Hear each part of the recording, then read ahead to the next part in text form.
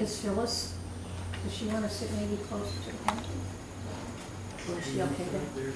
Okay, so thank you guys and for coming to the Maplewood Senior Share Candidate Forum. I'd just like to, where's Art? I'd like to thank Art for hosting this. This is, we greatly appreciate this and we greatly appreciate the candidates coming and sharing their thoughts on senior issues. We have like 9 questions here. If we get through 9, that'll be great. If we don't, that'll be fine. Yeah, that'll be even better. We'll just ask everybody to be concise. I don't think anyone's going to run over unless you guys want me to clock everybody, and then I will. No, but if you feel someone's going on too long, tell them. Oh yeah, Carol, that's my. She'll make sure that nobody drones on there.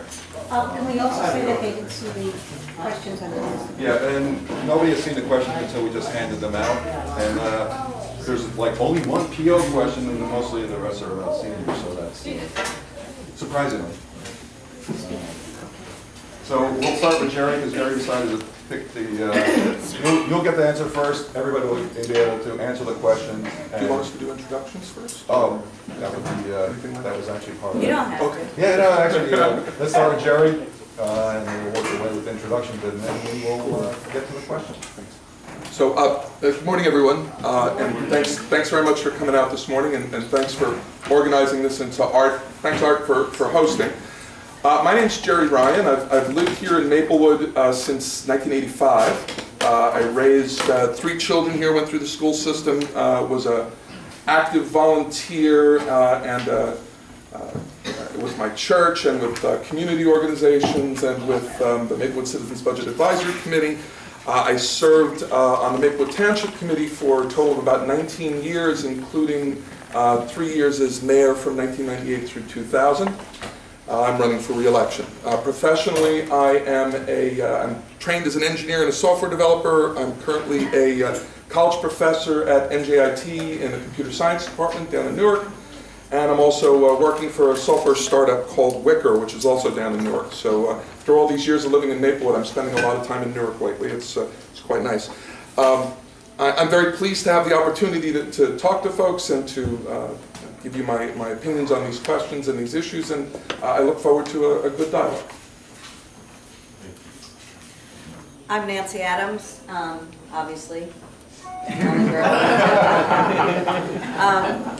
I moved to Maplewood in September of 1989, and I too raised 3 kids through the school system. I'm married for a second time to that guy over there.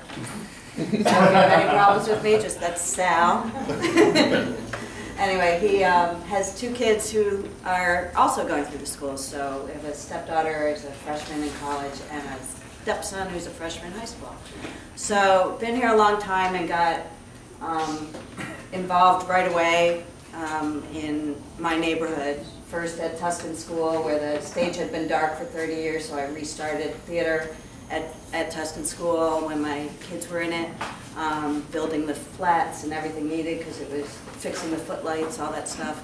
After that I started, I joined the League of Women Voters because I had little kids and I needed somebody intellectual conversation at night, and it was great to be having those nonpartisan conversations in the League that shaped sort of how I think of issues, actually. And then I noticed Springfield Avenue, which I hadn't seen when I bought my house a block away, because realtors were not showing you Springfield Avenue back then. And so my neighbor and I literally started picking up cigarette butts and cleaning graffiti on Springfield Avenue on Saturdays, and then we decided we needed the town to do something. So we went to the town and asked them to help do something on Springfield Avenue because it had been ignored for quite a while, and we didn't like the way it was going. So long story short, she and I and got other neighbors together. We formed the College Hill Neighborhood Association, and then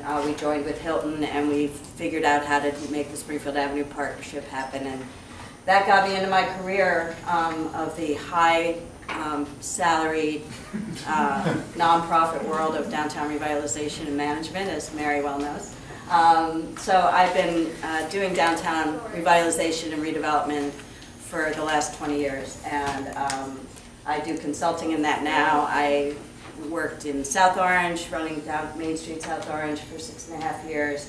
I was in West Orange for a few years, and briefly in Newark, and then for 6 years down in Red Bank, running downtown Red Bank during the worst economic depression since the 20s. So here I am, and so ask away. I look forward to your questions. Thank you for having me. Thank you. Hi, I'm Greg Lembrick. I want to start by thanking Art for hosting us today, and also Irene and Kurt for doing all the work to put this together, and all of you for coming out and giving me the opportunity to speak with you. I'm here with my wife and my 4-year-old daughter, who's going to be starting the school system in fall of 2016. So I'm just starting on the journey that Jerry and Nancy have gone down here in Maplewood. Tell you a little bit about me. I grew up in a town called Branchburg in Somerset County, New Jersey, not too far from here. And my dad, when we were, I guess I was maybe about 9 or 10 years old, they were going to put a chemical plant in a farm. Farmer sold his farm, and they were going to put a chemical plant right across the street from our quaint residential neighborhood. And he didn't like that very much, so we started going to meetings and raising a fuss, and pretty soon he found himself on committees, and within a year or two he found himself on the ballot and running for township committee and eventually being mayor of Branchburg. And so those were the first campaigns I worked on, and I got a front row seat to how local government worked, and I loved going around town with him to the grocery store, to the soccer game, wherever we were, and having people stop us and say, you know, hey Tom, I've got an idea for this, or hey Tom, what's going on over there, or you know, why aren't you doing more of this? And it wasn't all pats on the back. You know, I got to see sort of the good, the bad, and the ugly, but I always said, you know, wherever I set up my home, wherever I raise my family, I want to be involved in my community like my parents were, and that's part of the reason why I'm running for township committee now. I'm glad to have an opportunity to address senior issues in particular. What I've done with a large part of my legal career since law school for the last 13 years is do pro bono voting rights work with the Lakota tribes out in South Dakota. And one of the real gifts I've been given is, you know, getting to know their culture, and a lot of my personal and political beliefs come from getting to know the Lakotas and their culture. And you know, two things that they really value most in their culture are their elders and the environment. When you go around on Pine Ridge and Rosebud and some of the poorest communities in America, and you know, if you look around, if you're looking for the senior housing, look for the nicest building on the reservation, because they build new housing, and they always make sure that the elders are really well taken care of. And they also, you know, are very environmentally conscious and want to be sustainable, want to take care of the earth. And those are two things that have really impacted me in my worldview. And I would like to bring both of those things, you know, locally here in Maplewood. So thank you for giving me this opportunity, and I look forward to addressing these questions and any others that people want to raise. Thank you. Thank you. All right, so we're going to start with the questions, and I think the first question kind of is like a synopsis of what everybody's concerned about in Maplewood. How will you help me stay in Maplewood after I retire? I've lived here for 38 years, but I will not be able to afford the taxes when I'm no longer working. So let's start with Jerry, and then we'll work down. It's the hardest problem. Yeah. And it's not just a problem for seniors, but it affects seniors more than anyone, really. And it's a terribly difficult problem to try and solve. It's expensive to live in this town. It's expensive to live in this part of the world. We pay taxes for high-quality municipal services, a very good school system, and services that we get from the county. And there's unfortunately not nearly as much wiggle room in those numbers as we might like. I, along with everybody else who's ever run for office or served in office, would love to be able to say, well, we'll just reduce everybody's taxes by 25 or 30%. And there's no facile solution to a problem like this. The only thing that I think we can really do is try and work with the senior community to see, are the expenses remediated by moving into different housing options? Are there Are there housing sharing options that are available? Is it possible to pair seniors who could make ends meet with a little bit of help from a younger person who might need a place to live, or somebody who might need a room to rent or something like that? There's a lot of options like that seem to work in other communities. I know people that, seniors who rent out rooms in their house. My mother-in-law does that, and it can really work with the right safe environment, and perhaps that's a solution. But there's no one solution to this problem, and I think we should all be having a good conversation about the set of possible things that we could do to address this, because it's a problem for all of us, and it's not going to go away. Yeah, well, I echo that. To talk about trying to figure out ways, and I think we all have to do this anyway, in our own homes, to when our incomes fluctuate, or consulting. I sometimes don't get paid for several months, so it can be challenging, to say the least. Yeah, there's no magic solution. We live in New Jersey. We live in Essex County. We live in Maplewood because we love it. Maplewood's built up almost as much as it can be. We don't have a lot of, it's very residential, tax base informed. We can only do so much to raise the revenue without constantly raising taxes. We can generate more ratables as much as we can. But it's tough, and it's a really hard. So to piggyback on a little bit with what Jerry was saying, with regard to creative solutions, but to help seniors. And I'm not that far away from whatever constitutes senior. I'm not sure. You mentioned 70 to 95, and the needs are very different. But I do think senior services in town are lacking, and hopefully we can improve those without incurring additional costs.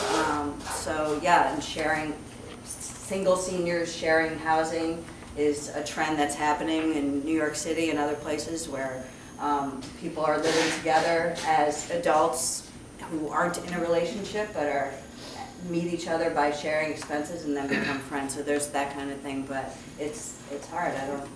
I'm not going to pretend it's an easy answer at all. Your turn.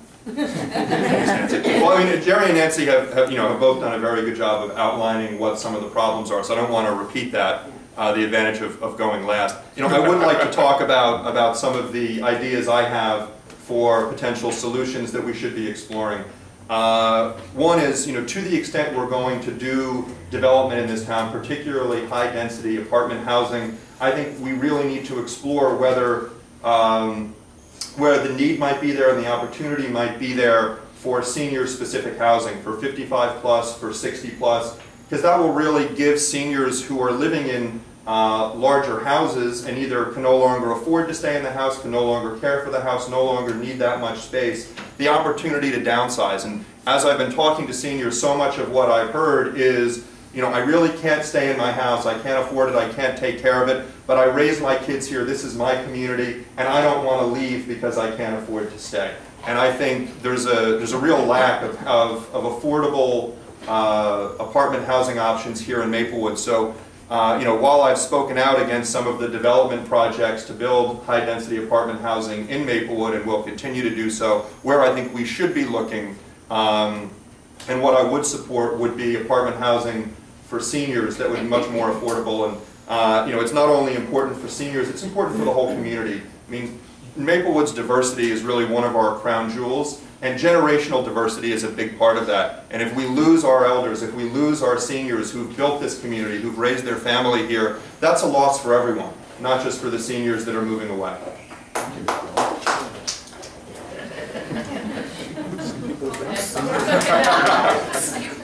Maybe now's the right time to ask where the potty is. She saw that the post office question was coming. They're familiar with my answer on the post office. You heard Daddy talk already. So. All right. I want to know what each candidate thinks of the current proposal to redevelop the PO site, and for those that oppose it, what concrete proposals do they offer instead? Also, was leasing the PO site rather than selling it ever considered as an option? And if not, why not? if the sales, and is the sales price fair? I know there's a lot going on in there, so if you guys want to take a little bit more time, then, but not the whole 45 minutes, I don't know. Okay, so. Do you want me to Yeah, start this time? Okay, yeah. Nancy, you get that Yeah, one first. Round robin, yeah. Okay, lucky me, I get to start. Anyway, as I've said, my experience is exactly in this field of downtown redevelopment, downtown revitalization. I know for years that the end of Springfield Avenue, Maplewood Avenue, where the post office is, has been under-functioning with marginal businesses at that end for a good reason. The pedestrian traffic in Maplewood Village pretty much stops at the bank unless you're going to King's or specifically, or you come out of the movie theater, you don't go left, you go straight right, or you go home, or you go to your car and you drive away. The lack of business that is generated by that for neighboring businesses to the theater and in that end of town is in large part because of a warehouse in the middle of a tiny downtown that functioned probably about 50% of the hours of the day, not at all, even as the post office operation. And the post office operation, we tried to get, I remember talking to the governing body back 20 years ago saying, this is taking up all the parking, it's mucking up traffic, it's taking up a lot of space, and it's a waste of space. And we wanted the post office to keep a post office like they have now in the village, but move the operations over to Springfield Avenue or to the industrial section on Rutgers, and they refused to do so. So all that said, I'm for active use at the post office site. I think in hindsight, well, I'm not going to speak for the township committee person here, but I think they should have done an adaptive reuse study so that they could have seen if it was possible. I don't know whether or not it would be. I am not necessarily in favor of saving that building. I think it's an eyesore. I'm not sure that it could be adaptively reused, but again, we don't know. So as for a mixed-use development on that site, I'm in favor of that. I'm in favor of life on that corner. I think that will help everything down on that end. What happens in the heart of Maplewood Village with the interaction, the activity between one side of the street and the other is exactly what an active use on that end of Maplewood Avenue will help do with those storefronts and those businesses down at that end as well. So I think that's important, and I think anyone who has seen me on the planning board knows that I speak my mind, and I don't necessarily agree with the other people at the table or developer or an applicant in front of me. So when this, I think there's the chair of the planning board, he knows. But I think it's valuable because it brings up. Yeah, it's important. I feel that's my role there to speak up and try to get what's best for the town, and that's what I fight for on a regular basis with every application that comes before me. I have every intention of doing the same thing when the post office site application comes before me, and those questions that are specific to it with regard to circulation, the site plan, King's trucks, and the appearance, I will consider strongly and ask the applicant those questions and how to mitigate different problems that I see with the building right now. So I don't want to go on forever because I know. So Yeah, but we got two other people. yeah, I'm sorry. So I'm sorry if I rambled too long. No, not at all.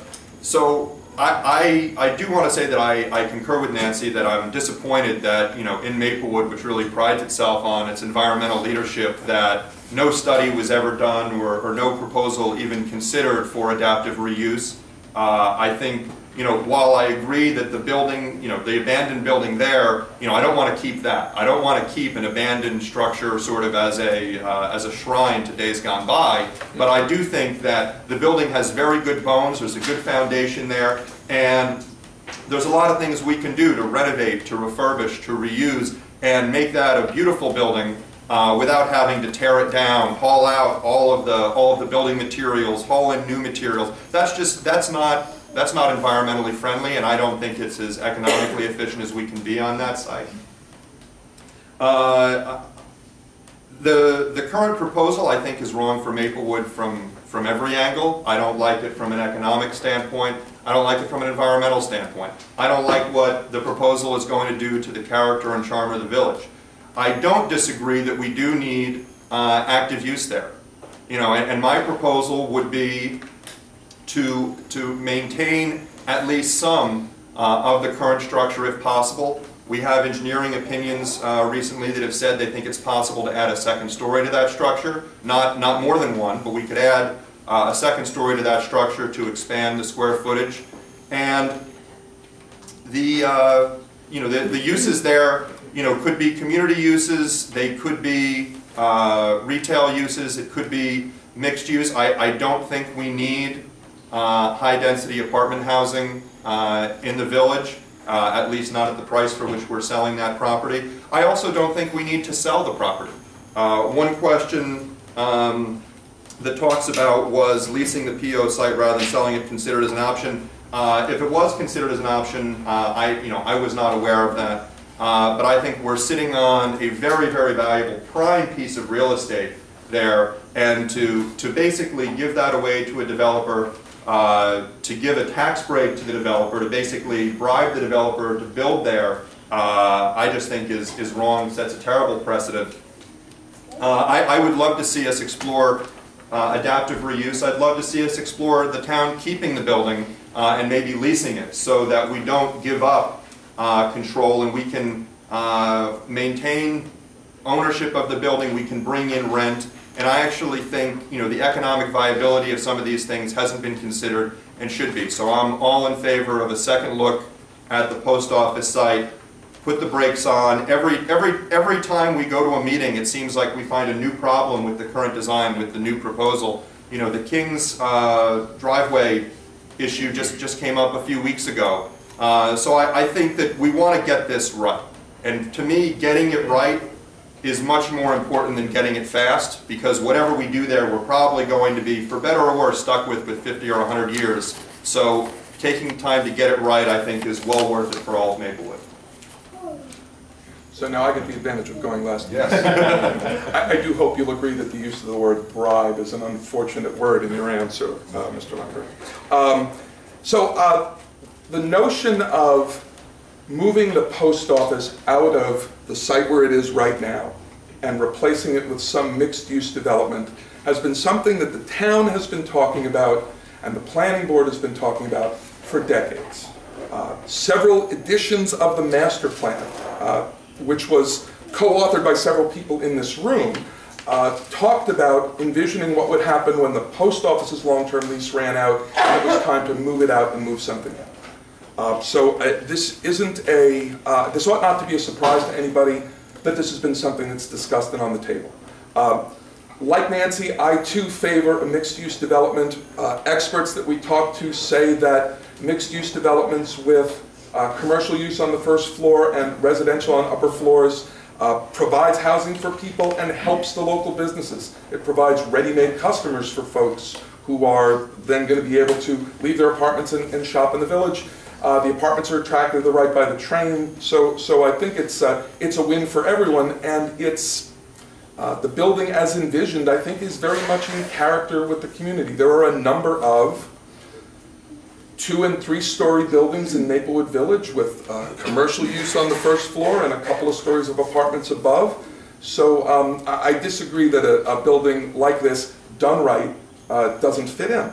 I'm excited by the notion that the footprint of the building will change and that instead of having a big ugly wall to look at when you come through the tunnel from the park side of the train tracks, that there'll be some open space, that the existing parking lots will be connected, there'll be a nice traffic flow, there'll be a nice pedestrian flow. It'll be much more attractive, I think, for the community. So, and of course, since I've voted on this, everybody knows that this is my opinion on it, and you're not surprised to hear that I am in favor of it. I think that we've done we, the township, have done a good job of learning from mistakes of previous developments. The Maplewood Village Alliance Design Review Committee is much more involved in this development than they were in previous developments. I think that's a good thing. This building has been discussed at length. There have been 4 years of public meetings. There were a couple of years of meetings before a redevelopment plan was even drafted. All of those meetings were in public. And to my opponent's comment on this, I think that conducting a meeting where somebody comes out and has an idea for something that can be improved in the building, and that idea is incorporated into the design, I think that's a good thing. I mean, we had the developer appeared before the township committee and said they wanted a third floor of apartments on the building. And somebody stood up and said, you should take the third floor off the building. The third floor's off the building. I think that's a good thing. I think that's discussion about what the building looks like and what the community would like to see. I would say that I don't have any expectation that everybody is going to agree with what ends up happening. I think that there's eventually going to be some folks are not going to be satisfied, some folks are going to be satisfied. I mean, I've spoken to folks who were dissatisfied with 3 stories of apartments but happy when it was 2, who were dissatisfied with the parking load but then happy when they found out that parking was going to be under the building. So some people are in favor, some people aren't. I think it's going to be good for the town, and I support it. Was leasing the PO site rather than selling it ever considered as an option? It was discussed on a number of occasions. I, for one, was in favor of it. Excuse me. I, for one, was opposed to it. I think that the township does things and town government does things very well in some cases. One of the things I don't think it does particularly well is being a landlord. So I was in favor of let's sell the property, let's let somebody else own the property, manage the property, and pay taxes on the property. And so to the question of is the sales price a fair price? Remember, the town decided not to auction the building off to the highest bidder and allow the highest bidder to put in whatever the zoning would permit. We made it a redevelopment area. We put very tight restrictions on the zoning. We put very tight restrictions on the design. It's not the biggest possible building that could be built. To figure out, I'm almost done. To figure out what the price of the building should be, we had a commercial appraiser come in and tell us what apartment square footage was worth and what commercial square footage is worth, and that's the way that a price was determined. It wasn't plucked out of the air. So, thank you. All great answers on that. And long, too. Well, to be fair to us, it was a long question. Yeah, it was. That's what all right, so number 3 gets back to everybody's favorite topic, taxes. So I've been told that Woodbridge, Connecticut, a very wealthy town, drastically reduced its property taxes for its senior citizens so they will not move out of town. The rationale for this is that if seniors move out, younger families with children who need public education will move in, thereby increasing the education tax burden on the town's citizens. The town feels that it benefits everyone to keep citizens in town. Why can't Maplewood do something similar? So, Greg, you're up first this time. Great. So I think, really what this is getting at least my views in response to this question, get back to is the need to maintain generational diversity in Maplewood. And that's not only good from a cultural standpoint, keeping seniors here, but also from an economic standpoint. We want to maintain generational diversity. If the only people who can afford to live in Maplewood are the people who are sending their kids to the school district, then our schools are going to be totally overwhelmed. Our elementary schools are already pretty much at the breaking point. We don't have as many teachers as we need. We don't have enough space as we need. If we bring in more people as seniors move out who are going to use the school district, that's only going to cause the burdens to rise and the taxes to rise. So I do agree that keeping seniors here, even at reduced taxes, is worth considering. And the Township Committee, as I'm sure Jerry and Nancy will probably point out as well, the Township already does have some programs that address this. There's a senior freeze that people can apply for to get a property tax reduction. There's also homestead rebates available, the details of which we don't have time to go into here in the course of my 2-minute answer. But there already are some programs, and I would look to, what we can do, A, to make the people who need those programs more aware of what's already out there. I think that's something local government can do a better job of.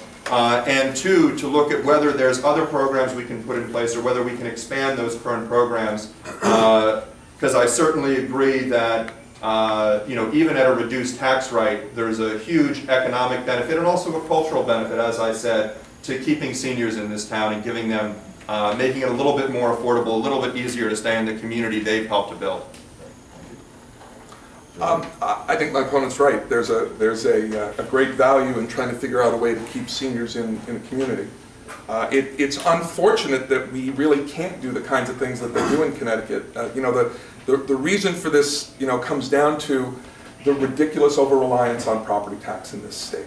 There's, the programs that Mr. Lambert mentioned are state programs. There are state homestead rebates. There are property tax freezes are programs where the state gives us money to reimburse us for freezing senior property taxes. Those are great, but they're not enough. And I think that the problem's structural, and fundamentally fixing that problem involves either improving the quality of the state programs or improving the funding from the state for those programs, or breaking the bonds of over-reliance on property tax in this town. The most politically incorrect thing to say, which I think is absolutely true, is that it would be much more fair if we were all taxed on our income and much more taxed on our income instead of being taxed on the value of our property. When our income goes up, the revenues go up, but the property tax remains the same. That's probably the reason I could never get elected to anything larger than a township committee position, because I think our income taxes are too low. And if our income taxes were higher and there was more revenue in the state to support programs like this, we'd be able to break the reliance on property tax. Without that, we have to lobby our representatives to improve the existing programs, and as was suggested, help to make sure, as we already do, but we can certainly do better, help to make sure that seniors can have access to programs that already exist. I think it's a really interesting concept, and that I didn't know about in Woodbridge, to be honest. It's not something I've ever thought about, of that kind of handling of the situation. I think it's worth looking into. I don't know enough about it to say one way or the other whether or not it would be good, but I would really like to do more research on it, to work with the state. The state does. We have two really great representatives for the assembly, in John McKeon and Mila. Mila was on the South Orange Maplewood School Board before she ran for assembly, and she was great. And she's smart, and she's got a good head on her shoulders, and I think it would be something that I would love to sit and talk with her about, and see what could be done. What could be done to help our seniors, not just stay in Maplewood, but stay in New Jersey. Because I know that many of us my age who are, I'm not going to tell you how old that is, but we always think ahead, and we have that thought, well, geez, I don't know if I can afford to stay in New Jersey. It's not even whether or not I can afford to stay in Maplewood. So I think it is a state problem, and I think the property taxes.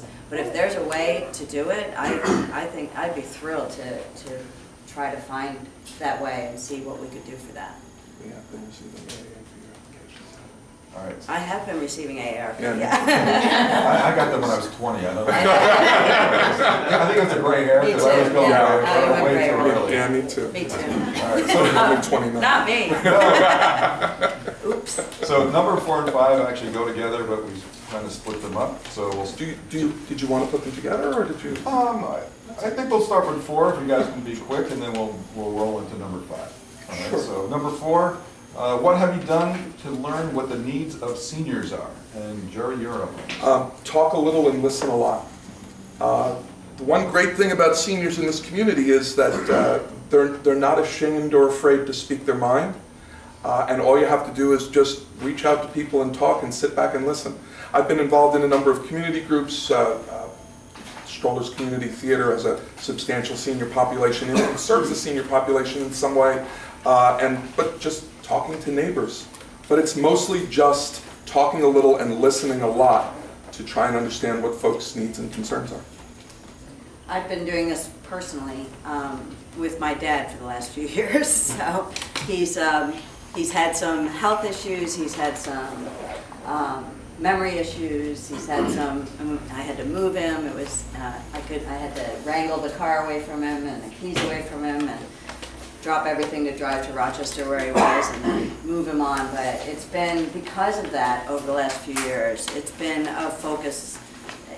I think of things differently. I think we all kind of think of things the way we are and what we experience personally, but once you start looking outside of that, it opens up your head. And when you do that, so listening to the issues, but also kind of instinctively realizing when I'm walking, oh, my father could never get over this, like for ADA compliance type stuff, and the fact that he can't drive anymore. We need a better service in Maplewood for shuttling seniors where they want to go, something a little more reliable. I know we use the jitneys when we can, but if you need to go somewhere first thing in the morning and the jitneys are all busy taking commuters to the train, so we need some solutions to that kind of thing. In fact, when I was actually helping get the jitney program started way back when, sort of on the outside by helping Vicki Arlene and Barbara, who were really spearheading it,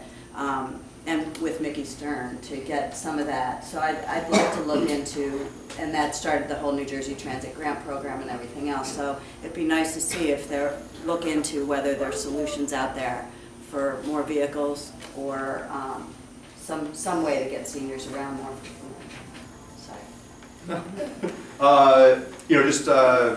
the risk of giving an unoriginal answer, I've also been listening to people. I've been going out of my way to meet with people of all generations in Maplewood from all parts of town, from from hosting events to just having a table in the village to going around town and knocking on doors. And I've tried to spend at least as much time asking questions as I have giving answers. And we're now in a forum where we're supposed to be giving answers, so I don't want to throw questions back at people. But I am glad that we do have these list of 9 questions, and I got some other ones as we were just mingling beforehand. And I think that's the best thing we can do is listen. And just to give one specific example, I was at my table in the village a few Saturdays ago, and a woman came up.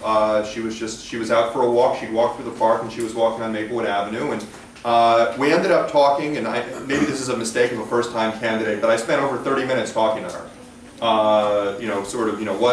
Stop handing out literature, because her story, particularly as a history major at Columbia, just fascinated me. She had escaped from Poland, escaped from the Holocaust, and had gone all around the world and eventually ended up here in Maplewood, New Jersey.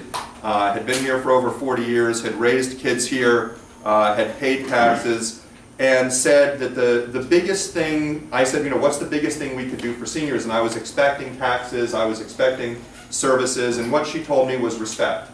And she said that she felt that, in town, for all that she'd done in this community, that she didn't feel that when she dealt with people in town that she received respect. And she told me a story about when she needed to get some documents from the town, and she came in, she applied for the documents, and the next day she was told to come back, and she got the documents, and she was given documents for someone else. She got it back outside, and she looked at the documents, and she saw they were actually someone else's documents, and she went back in, and she said, oh, I think you may have made a mistake, I have someone else's documents.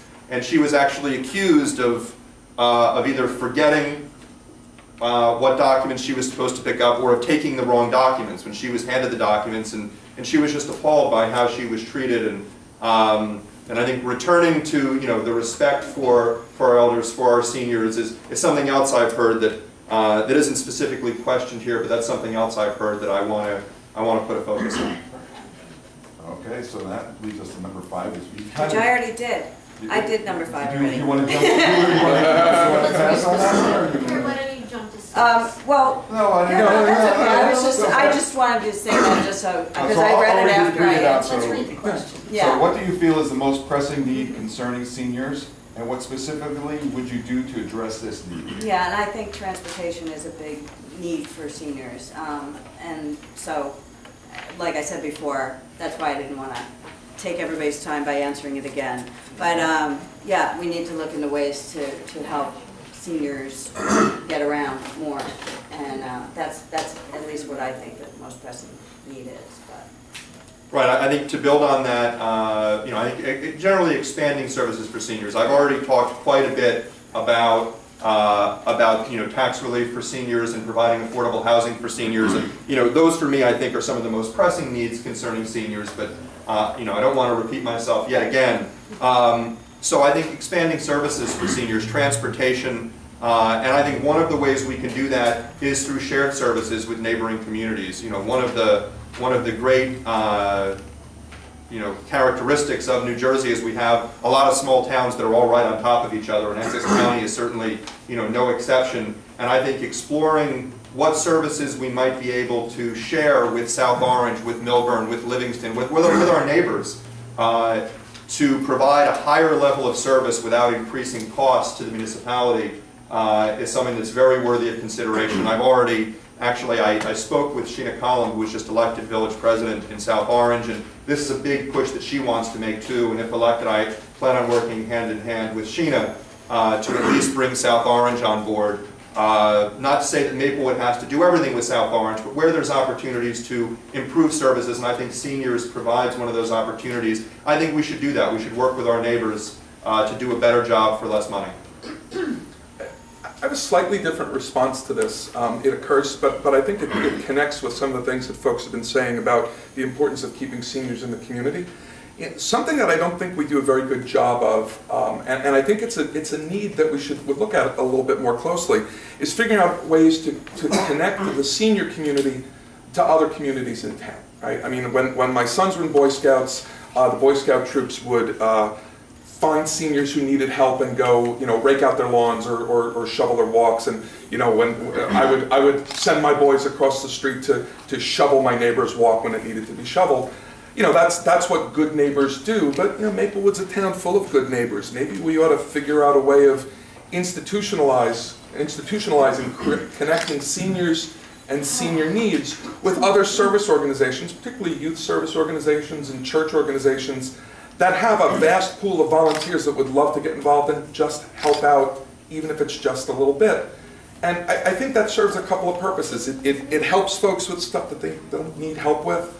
It's a lot more convenient to have a youngster shovel your walk for free than to have to worry about finding somebody to do it. But it connects the people to the people. And I think we've all said, and we'd all agree, that the value of keeping seniors in the community is not just having folks in houses, it's having people in the community and having people connected to the community. So I think that's something that's worth looking into and worth trying to implement. All right, so we're down to number 6. We're talking about housing. It has been stated the new luxury developments in town would be ideal for seniors to downsize to. Do you agree with this statement? And what is the basis for your opinion? I think Nancy. No, I was first. Great. Yeah, I think I get to lead off on this. Yes, you get to lead off. Thank you. Well, I think that any development in town, if seniors can downsize to it, would be great. I think the luxury developments in town, the question is, are most seniors going to be able to afford to live there? And that's something that I would want to know before speaking on this issue. And another thing is, if it's not age-restricted housing, at what point are seniors on limited incomes, as rents rise, going to be pushed out of that housing? Those are all things that I'd want to know, and that's why I'm actually saying if we're going to put an emphasis on development of apartment housing in Maplewood, we should really be exploring and considering age-restricted housing, because I don't think non-age restricted housing is going to provide opportunities for that many seniors for that long at market rents. So I think it will provide an option, but I don't think it's the best option, and I'm not sure it will be an affordable option for most seniors. I think age-restricted housing is a great idea. We have a couple of age-restricted housing developments in the community now, one of which could certainly be described as luxury housing. Several of my friends have downsized into Winchester Gardens, and it's absolutely lovely, but I don't think I'm going to be able to afford to retire there. We have a senior building on Irvington Avenue, which is age-restricted housing, which is quite a bit more affordable and very popular and a real asset to our community. So I think that trying to get age-restricted housing developed is a good idea. It's hard. You want apartments that are nice. You don't want to have luxury prices, but you don't want to have something schlocky either. So you need to find a place, you need to find an investor, and you need to find a way to keep those properties viable. So, you know, we've done that with the Irvington Avenue housing, and it would be great to be able to find developers to help us do more of that. I think that would be a great use on Springfield Avenue as we work to fill a lot of the gaps on Springfield Avenue that are there now still.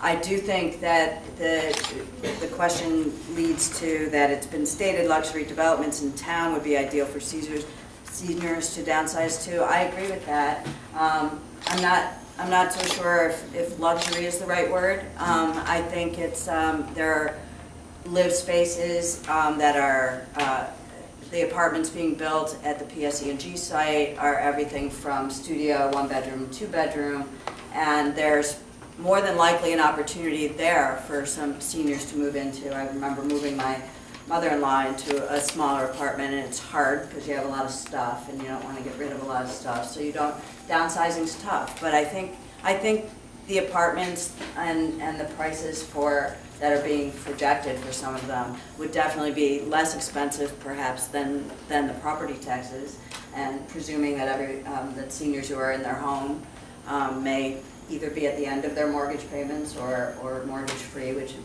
be nice, but it still hopefully will be some options through these. So I think there's the opportunity there, and hopefully more of it on Springfield Avenue in particular. So we're getting close to 11:15 now. It looks like there's a lot of writing going, so I think there's going to be a lot of follow-up questions. I just want to close out actually with number 9. Okay. I'm going to jump right down there. What is? Let's go to 8. You want to go to 8? Okay. Irene says we're going to go to number 8. Describe the challenges and opportunities Maplewood will face with a possible influx of over 220 families at the PSE&G site. What actions will you take? Oh, I don't think. Yeah, I think it's you, Jerry. Thank you. There's a lot of opportunities. You know, that part of Springfield Avenue has been a little down on its heels and a little moribund, I think. And so my thinking is that some residential use in that part, on that part of the avenue will be a real shot in the arm. It'll be a shot in the arm for businesses in the area. It'll help encourage business growth in the area. And so I think it really does present a terrific opportunity. It presents some challenges as well, I think. There are concerns about traffic, which is why there was a long, involved discussion at the planning board hearing about what the flow of traffic would be, and the developer is actually giving some money to help redesign Boyden Avenue there to eliminate any traffic backup that might incur because of extra folks living there and coming on and off Boyden Avenue. I think that there are potential challenges to our jitney system, and I think our expectation is that there's going to be some contributions from the developer to help expand the jitney routes to include people there. So I think that while there are challenges, opportunities associated with it, there are challenges, but I think they're meetable. I know that a lot of people are concerned about the effect that apartments in general have on schools in our community. And you know, I think the studies show and the evidence shows that housing doesn't tend to give a lot of extra children into the schools. You know, and frankly, you know, there are substantially larger developments in our neighboring community that aren't contributing an enormous amount of children. I mean, and the other thing I think we should probably recognize is that there's a lot of folks living in these apartments who are, you know, single parents who are living in apartments because they want to share custody with their former spouse, and some of the children that are living in these apartments are living there some days a week and living with their mom some other days a week. So I think that there's not nearly as many children going to the school, new children going to the schools as people fear. And when you account for the fact that there are some people who are there some days and in other places other days, I think the number's even less. While I understand and I appreciate people's concerns about it, I just don't think that the facts on the ground support the notion that there's an influx of children in the schools from some of these apartments. I agree. The PSE&G site in particular, when we were reviewing it at the planning board, or actually reviewing the ordinance that permitted the redevelopment of the site, the standard downtown planner recommendation was to have commercial on the first floor and residential above. And I spoke out against that at the planning board for this particular site. I didn't think it was the talk about traffic. At least it's all residential right now. If this was, in my mind, I saw vacant stores on the bottom, with no pedestrian traffic to go there. It's a difficult site to access. It just made perfect sense for it to be completely residential and not add the problems of more vacant storefronts, and then be able to have those 220 apartments feed the businesses that have been very difficult to retain on that end of Springfield Avenue. So I was excited about bringing those customers to that end of Springfield Avenue, since, you know, Springfield Avenue has been in my head ever since I moved here. So this is what, and Jerry's right, the studies do show, and the facts show that there are between 2 and 3 kids per development, regardless of the size, that end up in these. That's not the market for apartment housing in downtowns, in towns like ours. The market is people coming and checking us out and then expanding into a bigger house and buying a house in town, and then also hopefully to be able to downsize. And I think the PSE&G site might be one of those apartment buildings that our seniors do get to go and downsize to and be conveniently located and still be in Maplewood. So I'm going to take this question as a chance to respectfully disagree with both of my opponents. You know, I do think that this building in particular, more so than some of the buildings in downtown South Orange or the station house in Maplewood, actually is going to be more affordable, and thus really more attractive to families who want to send their kids to this great school district that we have. I think, you know, particularly the number of 2 bedrooms, the lower rents over there, I think we're going to see a much greater influx of families, you know, probably not 220, but a much greater influx of families than we've seen in other, what they've described as similar developments. I think this development is distinct enough in terms of its location and likely price point that we are going to see more families moving in. And as I alluded to before, we already have, especially at the elementary school level, schools that are really stretched to the breaking point, classes that are too large, facilities that are not able to meet the needs of the growing school-age population. And I think adding to that, particularly with the pilot that was done for that development, you know, is really going to put a lot of stress on our schools and a lot of stress on the taxpayers who are going to have to step up to fund the school budget. Thank you. All right, so it is exactly 10:45, so I'm going to stop with these questions and then hand it over to... Oh, Do you mind yes. if can we just take a quick water break? Yeah, we'll all agree on that. Thank you. Yes. Sorry, long morning already. Oh my God. I am from South Orange, so I already voted. I would vote for all 3 of you. Thank you. Well, it's not exactly legal, but maybe we could work something out. I'm a member of the Senior Advisory Committee for South Orange. Sheena Collins is on our Right. committee. Yeah, she had that gala. Is that who put the gala on? Well, those South Orange seniors, that was another group. Oh, She okay. was involved in that. Yeah.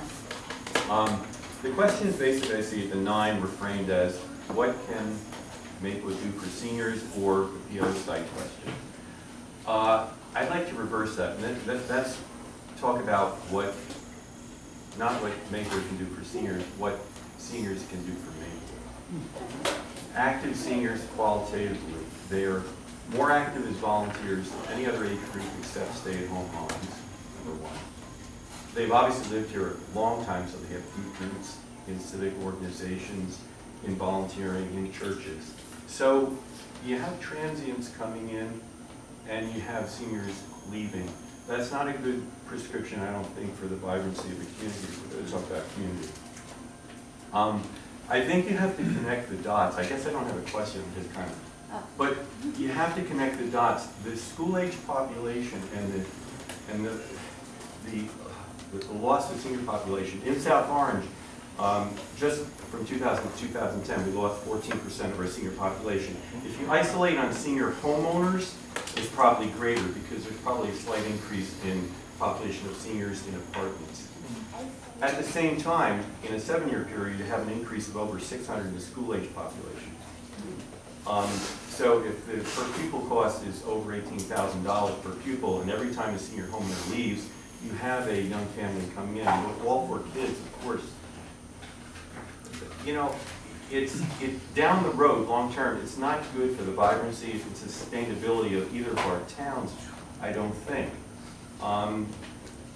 Now, you know, the tax, there's a lot, the tax freeze. Basically, South Orange and Maplewood seniors, for the most part, are frozen out of the state tax freeze.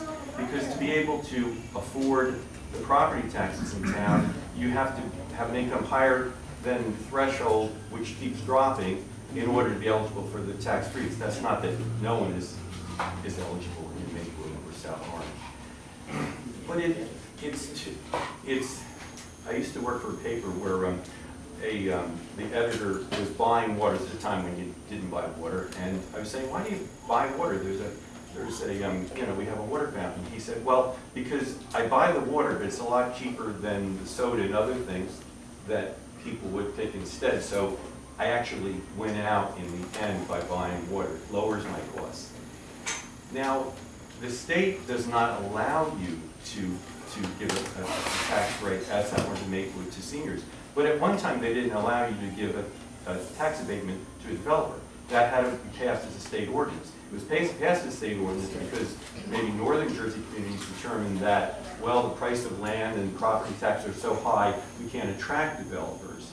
And so there's a trade-off. But I think there is, too, a benefit with retaining seniors. In South Orange, for every 3 seniors age 60, 2 of them will have left by the age of 70. And the clock starts ticking at age 55. So we're talking about active seniors, or active year seniors. If there's a diversity, the only age group you're losing is seniors, except for 20 to 30-year-olds. You're also losing that. And Maplewood and South Orange and these kinds of towns are in the 90th percentile in New Jersey of loss of seniors. And not being able to retain seniors. And it's what seniors can do for Maplewood is what the approach should be, not what Maplewood should do for seniors building a community center. It's what seniors can get the common good. So I'd rather, no question, just a reaction to some of that, but I'm not sure in public elections this idea is the way it's presented in terms of seniors as an issue.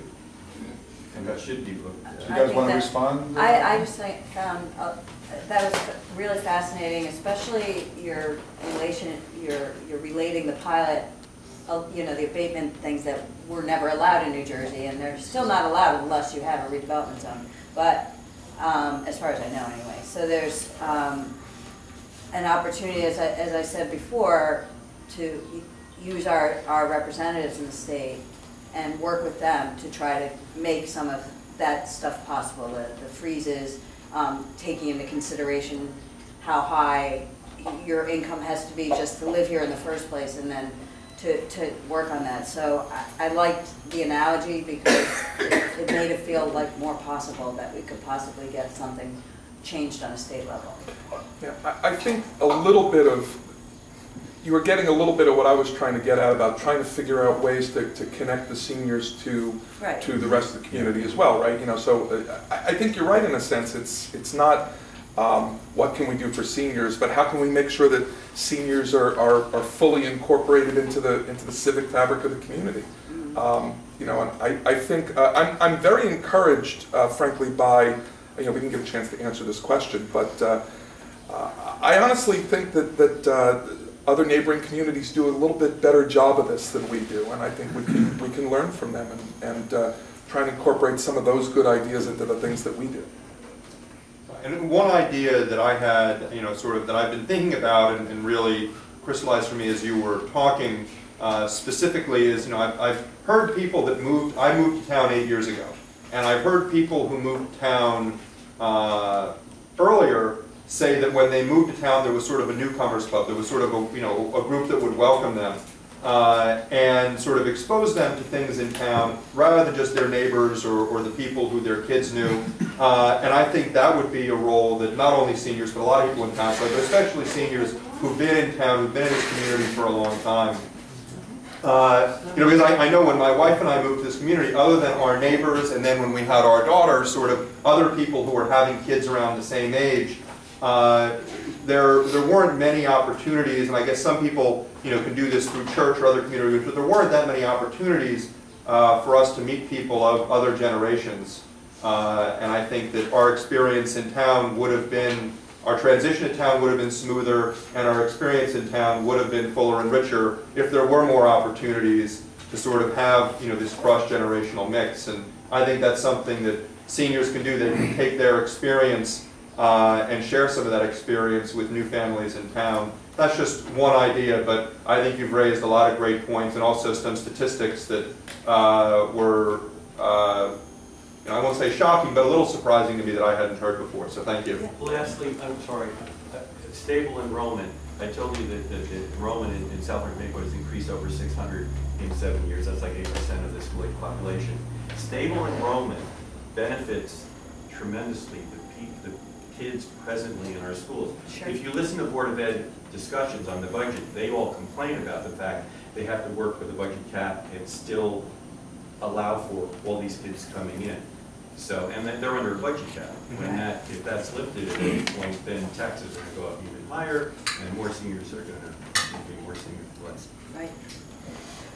Let's see. I'll go with Fred. Okay. I heard both Andy Adams and Jerry Ryan speak to the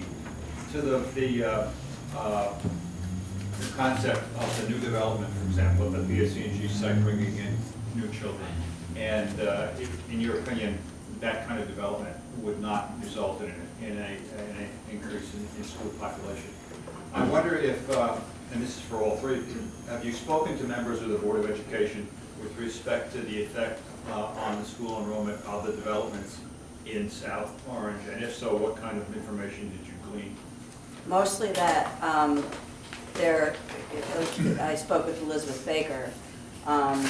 Mostly that it's not the developments that have been built in South Orange and Maplewood, and we were just talking about this during the break, have not produced the children. They're not seeing an influx of children from the apartments that are being built. I don't agree with Greg in that, sorry. That's fine.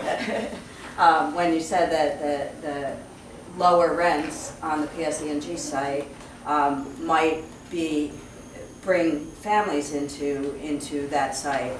And I don't think if the solution to that is to raise the prices on the rents on those apartments, that's not a good thing either. It affects the seniors as well. So I think it's been not producing children in our school system. It's not increasing it, according to what I've heard. Did you want to answer? No. Well, no, one thing that I would add to that, Fred, is, you know, in talking to a member, several members of the Board of Ed, including Elizabeth, as well as teachers, what I've been hearing is, you know, it hasn't been a huge influx, but it also hasn't been negligible. You know, there have been additions to kids. and additional kids, and as we've heard, enrollment has been increasing, and we're really at this point stretched, especially at the elementary schools, towards the breaking point. And and there is a lot of concern among teachers and among members of the Board of Ed that just because we haven't seen in some of the sort of downtown central business district developments an influx of families, that we won't see that at the Avalon Bay PSE&G site and other developments that are popping up. And also, just because we don't see it initially in the first round of people who move in, we're talking about rental apartments where there's going to be a more transient population, and just because we don't see it when the building first pops up doesn't mean we're not going to see it 5 and 10 years down the road. And several members of the Board of Ed have said, yes, we hear these statistics, there's only 2 in that building and 1 in that building, but we don't necessarily know if that's going to be true in a few years. And if we can't stabilize our enrollment numbers, if we're going to see continuing enrollment increases, that's just, it's going to bring us to the point fiscally, given the cap, where solvency is aspirational. So I would say, in response to your question, have I asked people specifics about this? Look, I'm an engineer by training. I'm a numbers guy. I'm a data guy. I've talked to a number of members of the school board, and the conversation has been, look, at everybody who's doing development in these towns is relying on this Rutgers study that talks about how many kids are in the school district, that talks about how many kids come from apartment buildings. If those numbers are wrong, tell me. I'm not asking you to tell me names. I'm not asking you to tell me. Just tell me if those numbers are wrong. And nobody's been able to say that they've seen the numbers that are worrying people. Now, I appreciate the fact that it's possible that things will change in the future. I appreciate the notion that the economic circumstances may change. That's certainly true. But there's a lot of buildings that have been around for quite some time and that are still not throwing off the number of kids that are worrying. I mean, you and I have been in town for a long time. Mr. Perfetti, you much longer than I, and you know that the size of the school population ebbs and flows with time. I think that's just the natural course of things. And until I hear otherwise from folks who actually have the real enrollment in hand, I don't have anything that makes me believe that the numbers that everybody's been using and the studies that everybody's been using are incorrect. Questions? Looking at any seniors have any questions? I know, John, you just turned into a senior, so. 60, I'm an emerging senior. Does that meet Irene's criteria, John? I'm embracing it. Okay. All right, the newly minted senior will filled out as a. It's interesting because I've been in this debate for a long time. Just so my transparent, I'm a founder of Engage Maplewood in 0060. I oppose the current path of the development for a number of reasons. But listening to this dialogue, it's interesting that we always talk about extremes. As a senior, you can move over there, you can move over here. The oodles of people coming to the school, there's no people coming into the school. And I think the problems are going to be solved by taking a look at the small piece. And I'm going to give you one quick example. The post office redevelopment, the zoning has a requirement for 2 affordable housing units, okay? Which frankly, selfishly, it's 5 years, that might be for me. But as long as I have my vitality, I'd love to be on a train line. I'd love to get in Walk Around Village.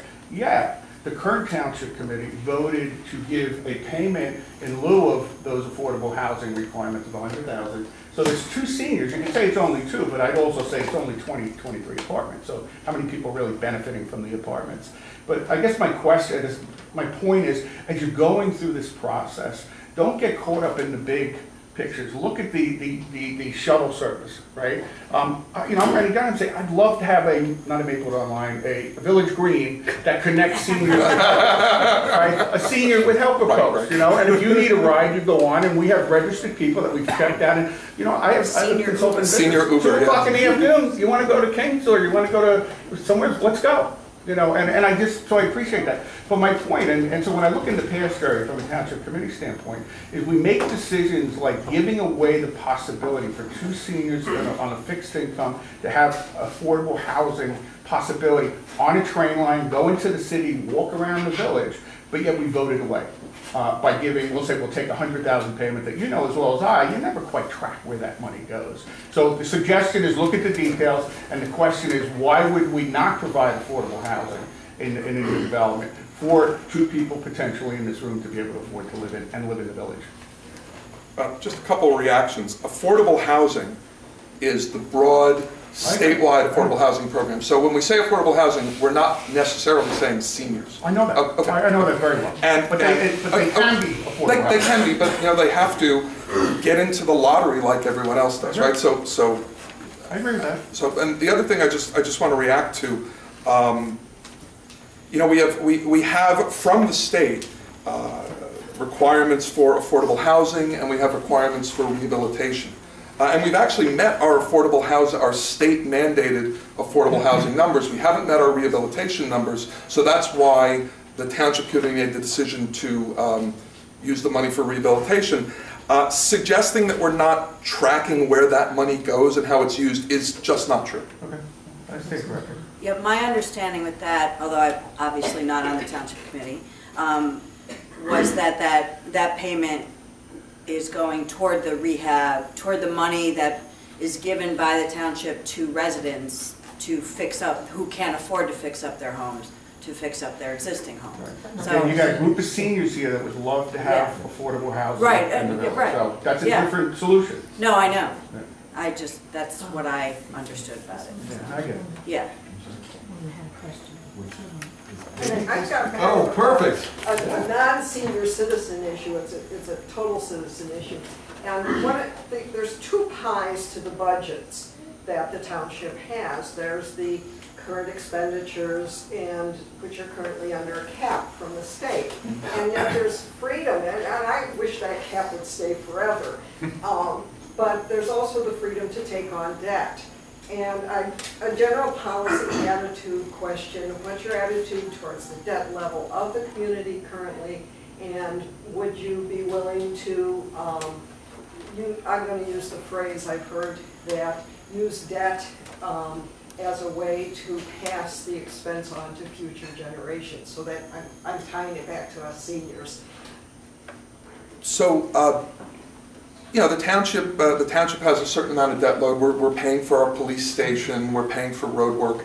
The town has, for the last 7 years, been working under a policy of whatever additional capital projects we take on, those numbers will be less than the amount of debt we're retiring. So we're on a long-term path to reduce our total amount of indebtedness, and we've been successful at that for at least the last 7 years.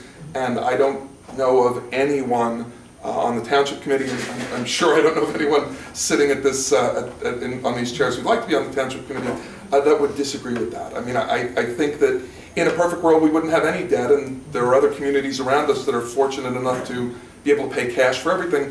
We can't do that, but what we can do is make sure that we're shrinking that pie every year. Yeah, I agree. I mean, I don't have anything to add to that other than personally, I don't like debt, so I don't like debt in my own house. The only debt I have is my mortgage, because my father raised me that way. So I would expect that it would be my thought process on the township committee as well. So. Yeah, just to echo what's been said, maybe from a slightly different perspective, is as someone who who has a 4-year-old and who's planning on move to this community because I want to live here, I want to raise my family here. I would really be very hesitant to saddle future generations with debt unless we absolutely have to. So I think the township committee, to pay Mr. Ryan and his colleagues a compliment, has actually done a wonderful job over the last several years, retiring more debt than it's taken on, and with the fiscal responsibility with regard to debt. And that's something that I think not only because it's an election year, but I think all of us actually agree on that we're not looking to take on a lot of debt or a lot of capital projects that we can't pay for and pass those bills on to the future. So the Lemberg endorses Ryan press release is ready. I have seen those lawns. I think we dropped it off at the wrong post office. I'd like to ask a question. Please. By the way, I ran for township committee a few years back. I don't know if you remember me. My name's Lee Avlin. I apologize. I knocked on a lot of doors and I spoke with a lot of seniors. I was unaware of the plight of seniors in town. I wasn't prepared to answer a lot of questions that seniors had. I'm going to be there someday, and you know, it's going to be a tough road. It's going to be a tough road for my family, as it is for many of you. My question is this, though. Earlier, Greg used the word bribe. I don't necessarily disagree with the word. Perhaps schooled might have been a better word, or taken advantage of, or rooked. Why did you give this builder a tax incentive? Why did you give him a tax rebate? Makes no sense. You could answer that, Jerry. I'd appreciate it. Sure, I disagree. The township decided that there was a particular building that they wanted there, according to a plan that was developed with a lot of community input, and developed according to guidelines and input from the Village Alliance Design Review Committee, future input from the planning board. The building is a lot smaller than somebody could build by right, by existing zoning. The developer said that they needed a short-term incentive, a very short-term incentive, to help them get the building over the starting line, and after some discussion and thought, I felt it was worthwhile doing. I think that if you look at the numbers, we ought to recognize that if the building didn't have a tax incentive and was just taxed from the first day, well, we wouldn't have any tax income at all for the first 2 years while the building was being constructed, because there'd be no improvement. So the money that would be not coming in for property tax wouldn't be coming in under the pilot arrangement. And when the building is online, we'll be getting about 20% or 22% of the property tax. Instead, under the pilot arrangement, we're getting more money for the shorter term. So I think that from the town standpoint, it made good fiscal sense to do. So I supported it. Nancy, Greg, your thoughts on? As far pilots are typically used in incentivizing developers to do projects that are either not going to net as much as they could net without them, because they're not going to do it for free, unfortunately. And those that are difficult sites, that they'd be like too much of a headache.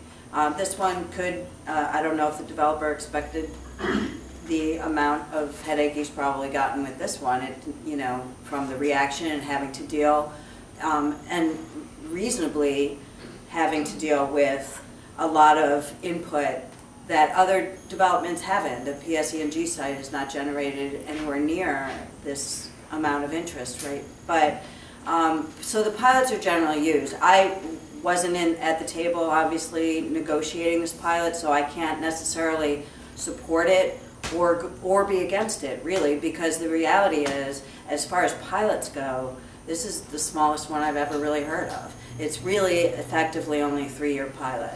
And I say that because the first 2 years, just like if I wanted to open a bakery and I'm a smart business owner, I'm going to negotiate with my landlord that I'm not going to pay anything in rent until I fix that whole bakery up. And that happens a lot, and so that's sort of how I relate it with that, so I guess that's my answer. Yeah. And, you know, and Lee, as you know, and probably as everyone in this room and everyone in town who's paid attention to this issue knows, I'm, you know, one of the things that I've been very critical of, not only the project overall, but particularly the pilot. So, you know, that's my position on the pilot, and I don't want to take up more time by restating things I've already said. Could I just follow up on that? Sure. In what case would you, I guess all of the candidates, would you support a pilot in the ideal scenario? I mean, you know, if you were to support one, I think I would really want to limit pilots. I think, you know, in a situation where there was, you know, where was an area that wasn't like the village, you know, sort of a thriving district, but an area that, you know, where there was a lot of abandoned property. I think there may be areas along Springfield Avenue that might need redevelopment where I would, I'd at least be open to considering a pilot. I'd be open to considering a pilot certainly for senior housing, particularly because I would know that the money the school district wasn't going to be getting because of the pilot, you know, we wouldn't be adding to the burden of the school system. So yeah, no, there are are situations, I'm not anti-development, and I'm not necessarily anti-pilots where they're needed, but my position is if you need a pilot in the primest spot in town, in this community, that, we're going to just, the giveaways to developers, we're setting a precedent where the giveaways to developers are going to be really hard to resist in the future. I could just add to that. There are a very small number of pilots throughout the entire community and really throughout the history of the town. And the vast majority of them are either for senior housing, for example. There's actually a pilot associated with the Irvington Avenue senior housing development. And I can't think of the word. Group homes? Thank you so much. Group homes are not taxed, and so there are small pilots for group homes. Mm-hmm. There are a couple of large developments that went on in this community very recently that have long-term pilots, and those pilots are associated with big contaminated properties that were very difficult to build on. I mean, if you folks who've seen the Maplewood Crossing apartments next door to Ehart Park might not realize that there was an abandoned chain factory there for 20 years, and there were several abortive attempts to do I think Mr. Carlson would remember, I think we heard 3 different applications for senior restricted housing on that site that fell apart because of financing and contamination on the ground, actually. So That's why we wanted to move the post office. yeah, among other, yeah. So I think in those areas, I think it's appropriate to incent development in a place where it otherwise would not be able to happen, or has been languishing for a really long time. So I'd certainly consider things like when those circumstances come up, I'd certainly consider it again. Nancy, do you have anything to add? I sort of answered that right before the question, All right, in why they're used and why they're important. And I see Dave has been waiting patiently. Is there any other seniors? Okay. Dave, are you a senior? You could just say you're a senior, then you pick on you. I've been ARP solicitations for 6 years now. Yeah. So you all know I'm somewhat under 55. Somewhat under 55. Yeah, That's they start around 48 or 49. Yeah. They do. So I'd like to ask a question on communications and in the context of development in particular. I think probably 8 or 10 people in the room know that it's a subject near and dear to my heart. What I'll start by saying in response to some immediately preceding comments is that I personally have been dissatisfied with the integration of public comment in the process. I've seen public comment given a number of times. I haven't necessarily seen it reflected in the results. That's been the case in a number of projects recently. I followed the post office project not for 20 years, but since it became an official process, when discussion about declaring the property in need of rehabilitation started about 3 or 4 years ago. I think I've been to every single meeting. And a lot of the people in this room, Nancy, Jerry, Tom, have been very dedicated to the process in their various roles in the community. What I've observed is that it's probably about a dozen, maybe 15 people who are actually quite very, very, very much involved, and in fact sometimes serve multiple roles in that process. Right? And what strikes me is that we're a community of educated, interested people, a community of people with professional experience or certainly personal life experience that very much want to provide input. And for various reasons, I'm sorry to go on, but the question will be succinct at the end. For various reasons can't, right? They're raising families, they don't have transportation, they don't understand the process, it's time consuming.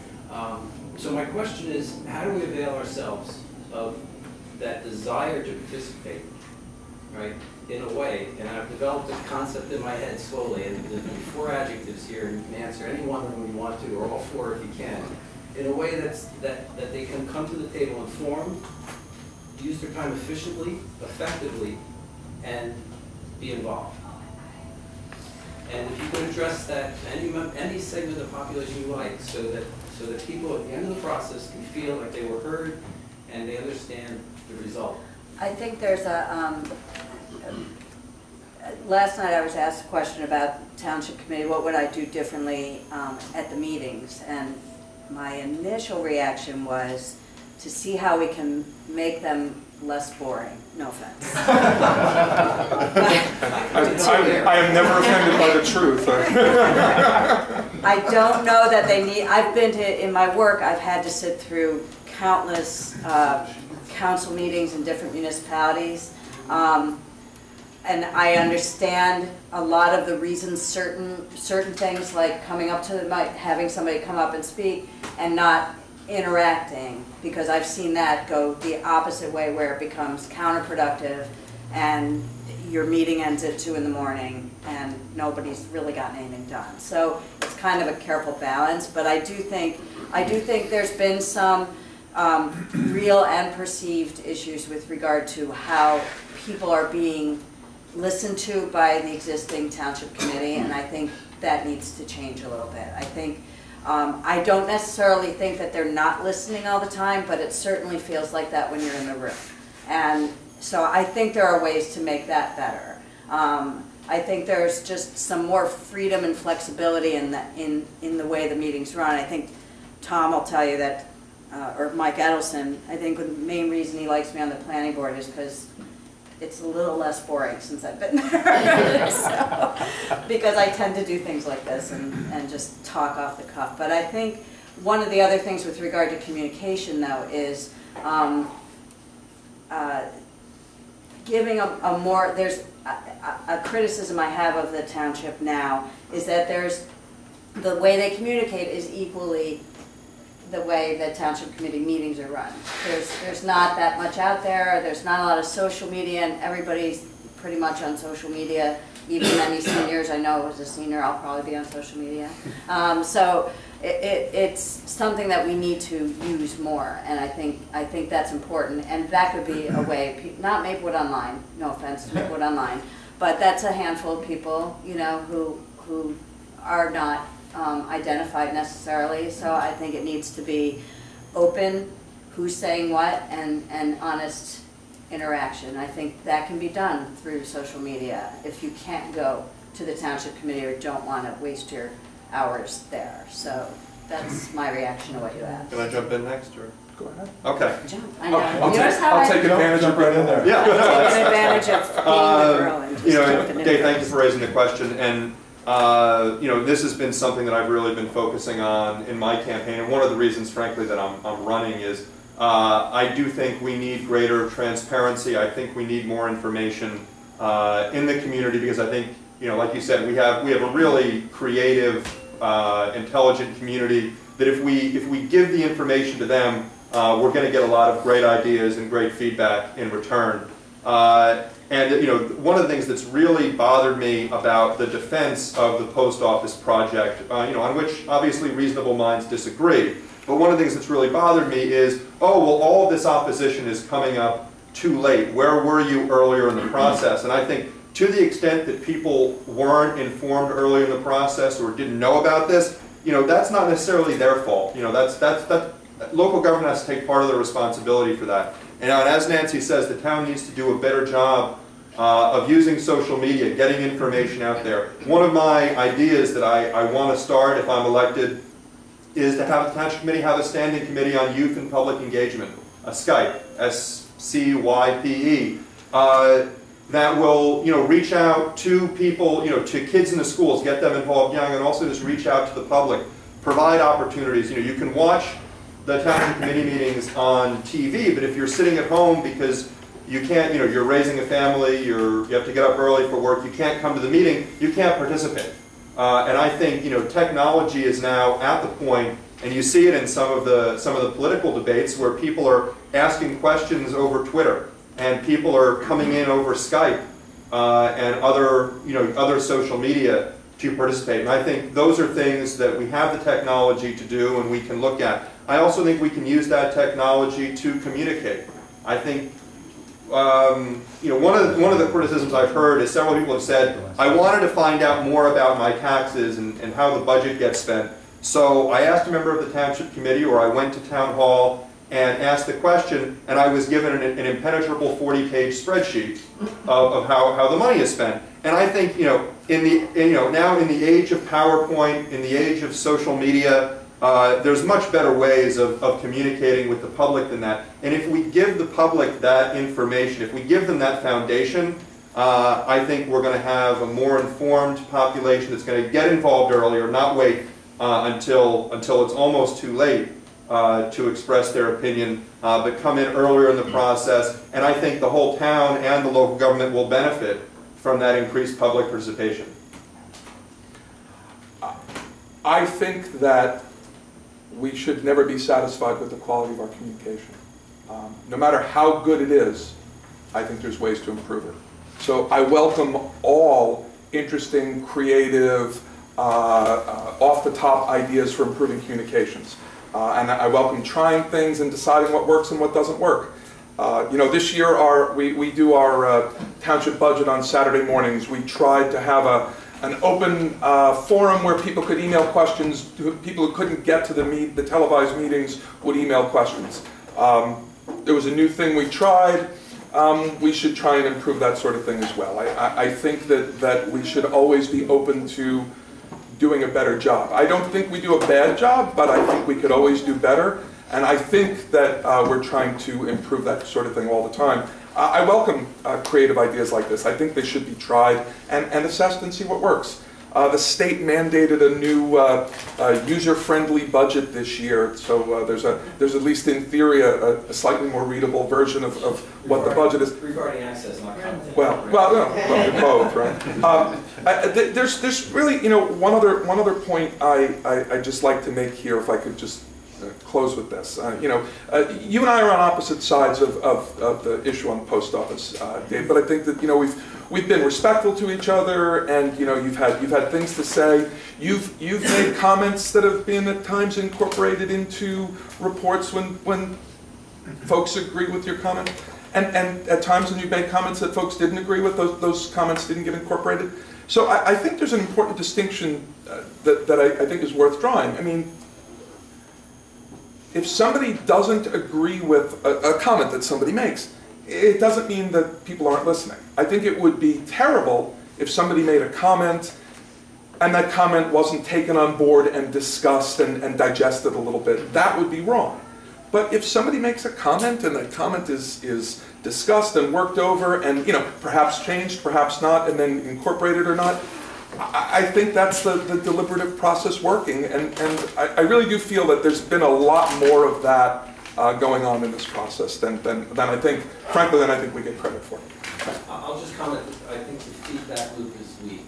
I've been there, okay. And I understand when my opinions haven't been incorporated.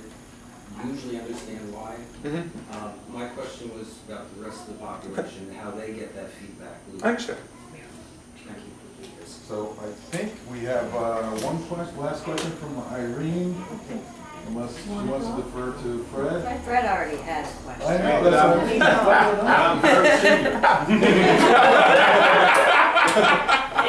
So you're taking the vote. I got it. Yeah, I'll be very brief. I want to take my cue from a comment from Mr. Ryan, but you all can answer. When asked to discuss the pilot, Mr. Ryan said, well, you know, we have a redevelopment plan, and in order to meet those parameters and those guidelines, the developer said, okay, I need this kind of tax break, and I need this, I can only pay this much for the property. So as a result of this plan, the developer came back and said, I need these breaks, and we're selling it as a result at a price that seems to me to be well below market value. I don't know what the phrase is, well below market value. And we're getting this tax break. I wonder why, with that feedback, it wasn't possible for the Township Committee to push the reset button and say, you know what, maybe our redevelopment plan is wrong for this spot. Maybe we should reconsider. Maybe we should talk about adaptive reuse, which would be cheaper. Maybe we should talk about leasing the property. Maybe we have the wrong approach. Instead, you guys just forged ahead with the redevelopment plan, and what the developer reacted to is, I'm going to meet your specs. This is the money I need. Why didn't you start over? I mean, we don't have to do it immediately. Well, a couple reactions.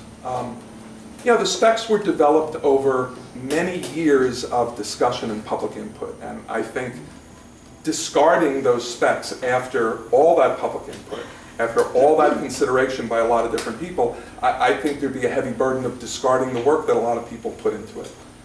So I think that might not have been a good idea. And the other thing I would say is, I believe I understand what your position to be on this, and I believe that folks who are opposed to this would like us to stop everything. But I really am concerned about the notion of having that building be empty for an extended period of time. So, folks have said, well, that they believe that the price is too low, and that, I've heard numbers bandied about what people believe this property would be sold for. Okay? If there's somebody who's got that money in their pocket and wants to buy the building for that much, and we're selling it at too much of a discount, I'd love to have those people come and make an offer. Teresa? I beg your pardon? The township committee, you think, would do that? Look, if this is as dire a thing as the folks who are opposed to it are saying, can you take that?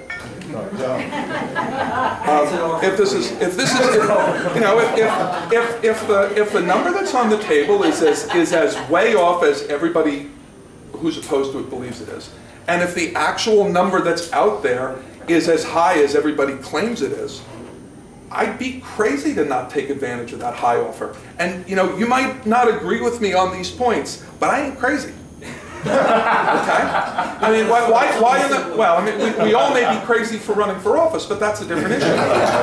So rhetorically speaking, I think it's very easy to say, wow, this thing's worth $2.2 million, and somebody would pay it. Please, if somebody wants to pay that much money for this property, that much more than we're ready to sell it for, I'd love to talk to that person. I'd be crazy not to. Jerry, is the net of 700,000 an incorrect number? John, yes. can you get the answers from the other two? Can I jump in with just two? I'll try to keep this brief. Two things. One, to sort of try to respond to Fred's point, although I haven't been involved in the process. Right, yeah. One thing that I would say is, in looking back at the process, one thing that I would criticize, albeit in hindsight, is that when the plan changed such that King's was no longer going to move across the street and be the anchor tenant, the idea that things weren't reconsidered and they decided to stick with the same plan even after a game changer like that puzzles me a little bit, and I think they sort of, we're now to the point where we were putting a square peg in a square hole, and now I think we're putting a bit of a square peg in a round hole. The other thing is, putting aside whether the appraisal that they got was fair, the appraisal they got at this point is certainly outdated. I think it's at least 18 months old at this point. And anyone who lives in this town or just lives in the world knows that the real estate market and the economy have been improving. So I think that part of what people are reacting to in terms of criticizing the sale price is that despite the fact that everyone has seen real estate values rise in this area over the last 18 months, we haven't gone back and looked at that appraisal and considered whether that's still a valid number. Well, I think and correct me if I'm wrong, but I don't remember the redevelopment plan that was worked on with all the public input and discussion and discourse about it had King's involved in that, did it? King's mentioned as a possible tenant, as a possible tenant, but it wasn't necessarily what they needed to follow. I just needed to clarify that for myself. So That was the core of the whole plan. Yeah, but King's always said anyway. yeah. So let's not change history. Yeah. Oh, I'm not trying to change history. I was trying to ask. Yeah, no, so I think there has been, I think there's some validity to not throwing away something that had so much involvement, including yours, right? In getting to a place where, okay, now it's almost like doing a master plan. Like, here's the master plan, and something changes in a few months, you throw that whole thing out. So I think I do think maybe a reappraisal is probably not a bad idea. But I don't, however, agree that commercial real estate prices increase at the same rate as residential do. And at least not in my experience. So I think there's, that's my thoughts on what you guys will. I think I heard you use the word reappraisal, is that right? Yeah, I mean, yeah, I guess when the Kings thing fell through, yeah, I think and when they started negotiating again, but you know, none of us was at the table with that. So I don't know why that didn't happen. So, real quick, maybe it's real quick. So, for instance, what would, as Jerry, you mentioned that you don't want a vacant building there while maybe the plan is. What's preventing it being opened up for use by the public? Say, for instance, you decide to take a step back and it takes 6 months, a year. I'm not suggesting anything, but instead of it just sitting there, opening it up, it's wide open spaces, the building is in great shape. So make sure I understand the question. So you're saying if the project wasn't moving forward, right, and things were going on to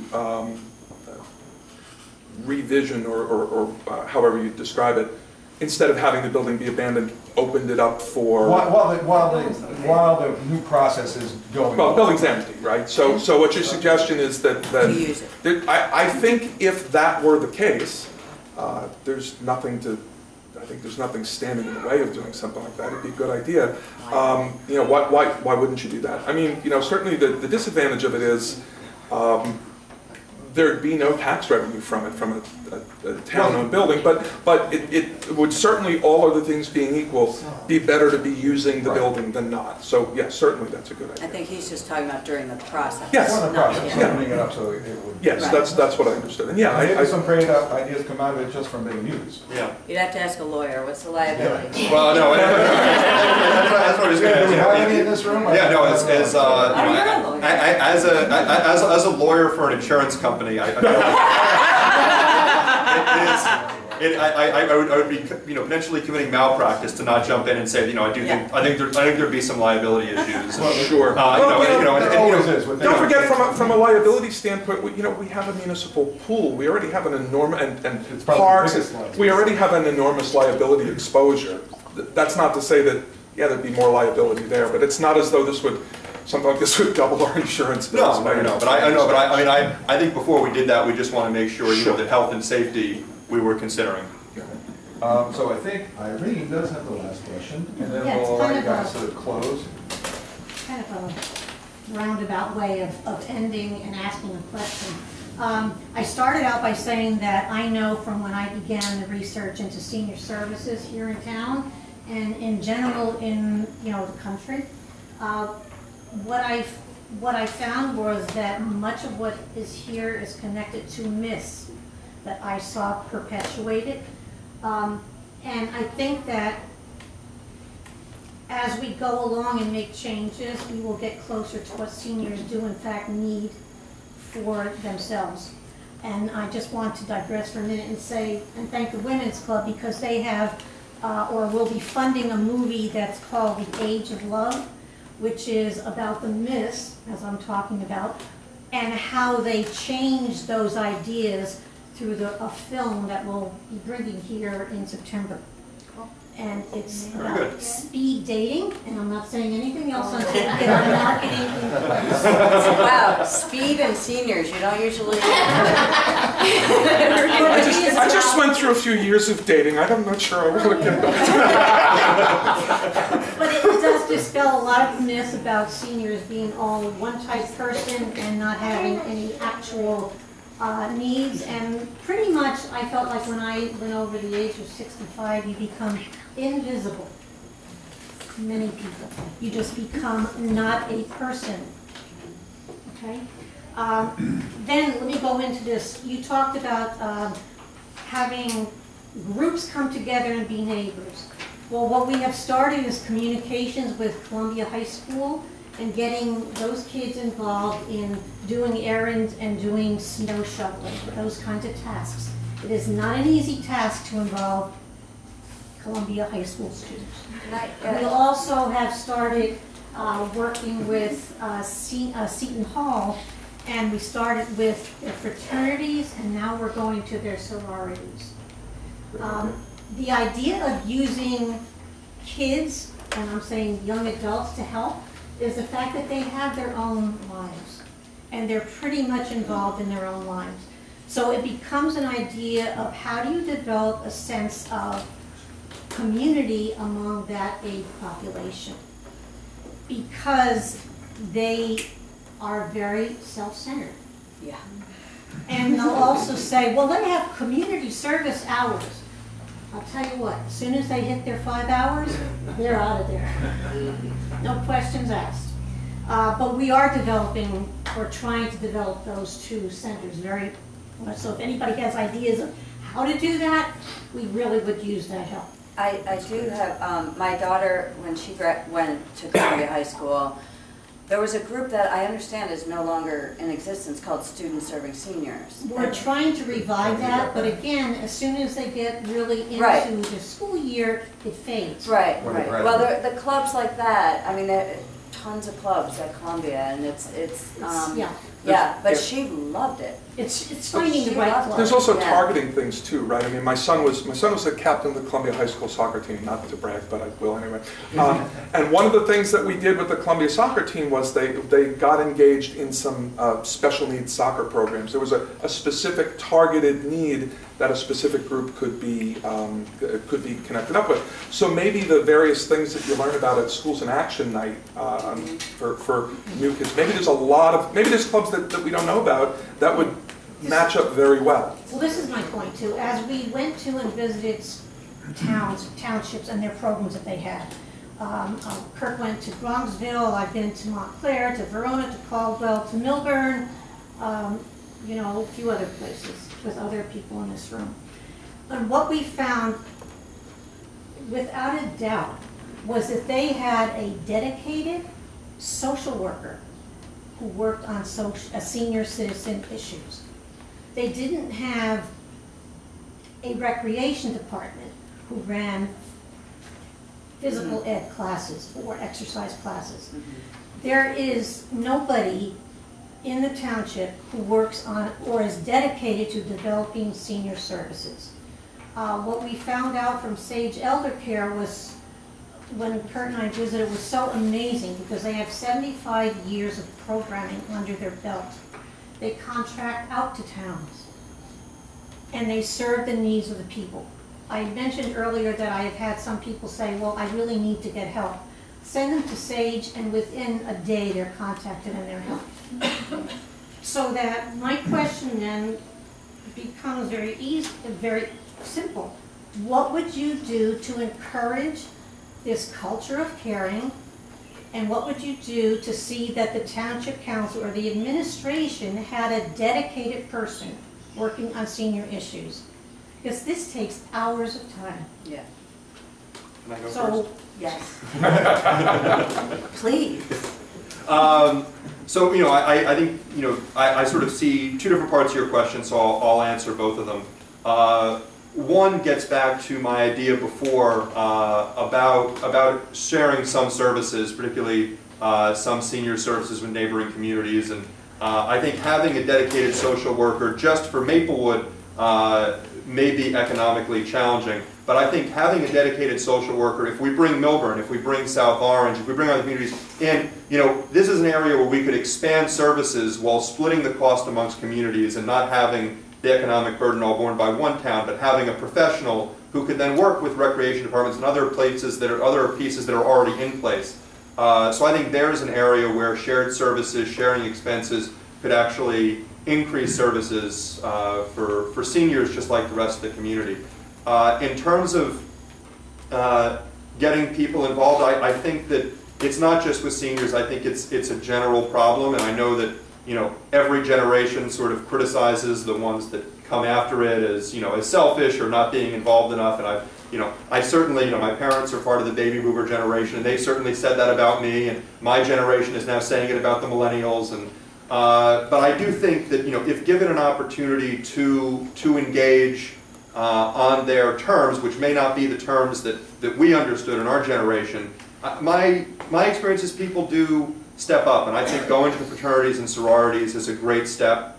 I was a member of fraternity at Columbia, and in our fraternity house we founded a project that went beyond the fraternity called Columbia Community Outreach, and that's something that still exists now 17 years down the road, where 1,500 members of the Columbia community on one Saturday in April come together and do one day of service But when you multiply 8 hours times 1,500 people, that's 12,000 hours of service that get done in that day, and they're able to say to people, you know, if we could give you an army, an unlimited army of hundreds of people or dozens of people, what would you do? And I think we can do something like that at Seton Hall. We can do something like that at Columbia High School. And that's not only does that one day make a big difference in terms of getting some very large projects done, but sometimes, you know, that day is what lights the spark in people and gets them involved, and they say, oh, you know, I really enjoyed doing this. This was a good way to spend my time rather than, you know, playing video games. You know, I can actually go out, meet new people, make a difference,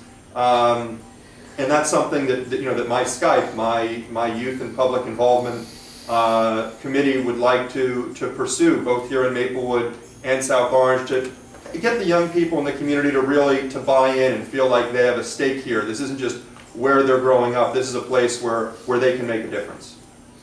I would add to that if I could. I think that there's a lot of opportunity with some of these clubs and youth organizations in the high school. And let me say it this way: it is certainly true that if you tell a kid, a student, a young person, well, you've got to do 6 hours of service. A number of them will do their 6 hours of service, watching the clock, and when they're done, they're done. But you got 6 hours of help from them. But there'll be one or two who find that it's something they like. And so I think we should create opportunities for those people. I think we should be open to the fact that while a majority of them might do their 6 hours and go, there might be somebody who's turned on to it, who's interested in working with this group and who comes back. You know, I had that experience with some of my children, not all,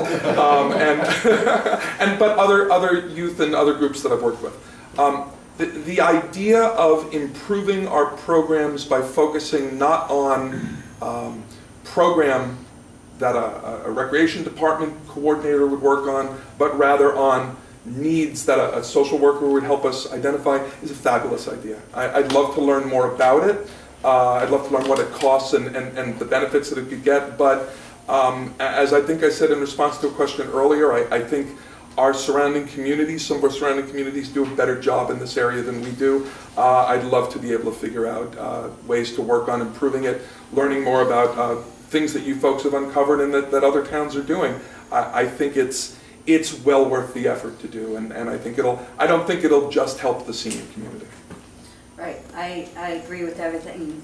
I love that you're taking this on as somebody who has done the same thing. You know, when I saw nobody paying attention to Springfield Avenue, I didn't just whine about it. I actually worked on it for years and organized an effort to make that better. And that's what you're doing right now, because you need to bring awareness if somebody's not paying attention or somebody doesn't realize. So I love that idea, and I think it's a good idea to try to do a consortium on many services that we have, and with many towns in Essex County or even beyond. So, or push for the county to start doing, whether it's purchasing, you know, in bulk, whether it's any kind of shared or available service. So I think we could get somebody to do senior services. The other thing, just on a side, maybe talk to the administration at the high school that 5 hours is not really enough. And maybe that some of those hours, so they have to do 10 hours and 5 of them have to be senior related. I mean, there are ways to make these kids do something, and I'd be all for it. Here's my point. I just want to, my point is that I've heard your suggestions and they're very well taken, but unless there's a commitment from the township to do and initiate take an active effort to initiate these efforts, they don't get done. I totally agree with you. I think we all agree with that. No disagreement. But like I said, we can't wait. Yeah. You know, another 5 years. Well, Greg and I can't do anything to help you right now, unless you know, and Jerry can. You can bring that back. So recognizing that we have budget constraints in our town, and you know, I started to connect some dots while I was listening to all this. We do have self-centered teenagers who are not particularly willing to give their time. But has anyone ever considered paying teenagers to do some of this work? Because I'm quite sure a lot of teenagers would be very willing to take on an after-school job or a weekend job at minimum wage, whatever. Plenty of kids need money. They don't really love the idea of working for free. That is not part of their Yeah. So we are at that point where I was speaking with the PTA president, and we came up with a few options. One was that we would, as seniors, give a donation to a charity of their choice, or to Midnight Madness, or that was one option that came out of it, or to pay the Student, kids yeah. a nominal fee. Yeah.